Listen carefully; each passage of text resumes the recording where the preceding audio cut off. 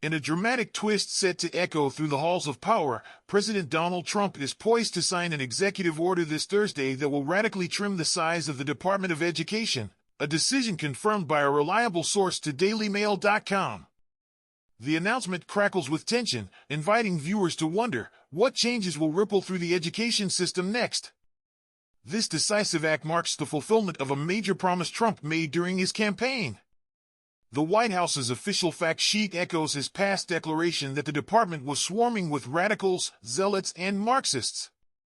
The language lingers like a challenge in the air, urging Americans to imagine an education system freed from what he sees as extreme influences. How might this reshaping stir the everyday lives of students and parents alike? In the unfolding plan, Education Secretary Linda McMahon is tasked with orchestrating a leaner operation while ensuring that critical services, programs, and benefits remain unbroken for the nation's children. It's a delicate balance, cutting back bureaucracy without toppling the very support structures that countless families depend on. One can almost hear the quiet resolve behind the decision as it teeters between reform and continuity.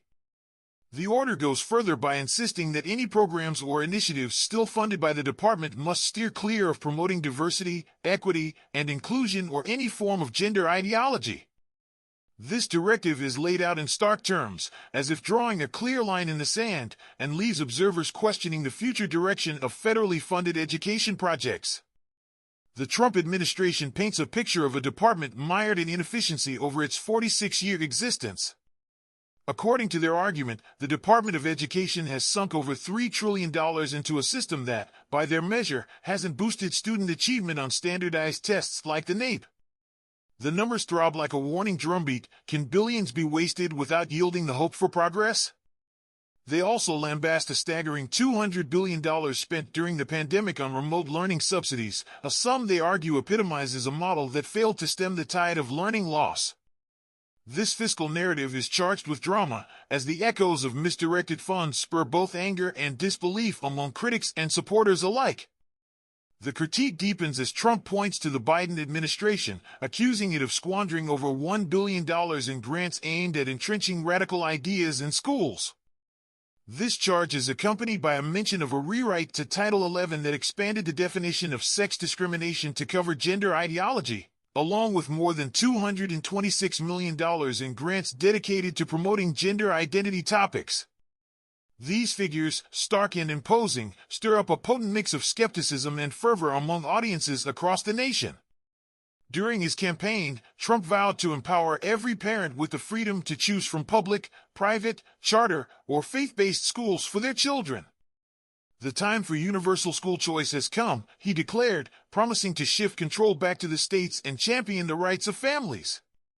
The call for choice resounds like a rallying cry. Will the pendulum swing back in favor of parental control? In the early days of his presidency, Trump's team has already slashed the department's staff by half and reworked much of its internal machinery. A special advisory group, led by Elon Musk's Department of Government Efficiency, has axed numerous contracts it branded as woke and wasteful. The restructuring has been as swift as it is sweeping, leaving many to wonder what the long-term impact will be on the education landscape.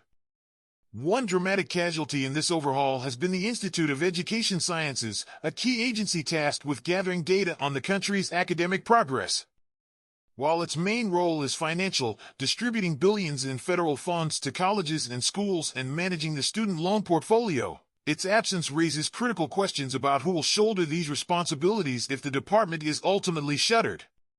The reallocation of these duties is no small matter, with the Education Department playing a pivotal regulatory role for services aimed at students with disabilities, low-income backgrounds, and those facing homelessness. Any shift in structure sends ripples through communities that rely on this support. What new custodians will rise to manage these essential functions? Trump's campaign platform also promised a robust fight against what he described as racial discrimination in schools. He vowed to pursue civil rights cases to halt any form of bias based on race, labeling diversity and equity measures as explicit unlawful discrimination. His administration has already set its sights on investigating numerous colleges for suspected racial bias, a move that keeps the pressure mounting and the debates fervent. Further fueling the fire, Trump has vowed to remove transgender students from the protective scope of Title IX, a law originally passed in 1972 as a beacon for women's rights. Last year, the Biden administration argued that Title IX also shielded students from discrimination based on gender identity and sexual orientation, a stance that was later rolled back by a federal judge. These shifts add layers of complexity and controversy, leaving many to ponder, what is the true role of Title IX in today's schools?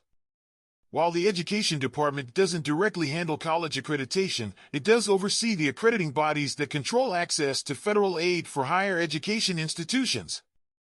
Accreditation, a process that came under fire from conservatives in 2022 for alleged political meddling at Florida's public colleges, is now in the crosshairs.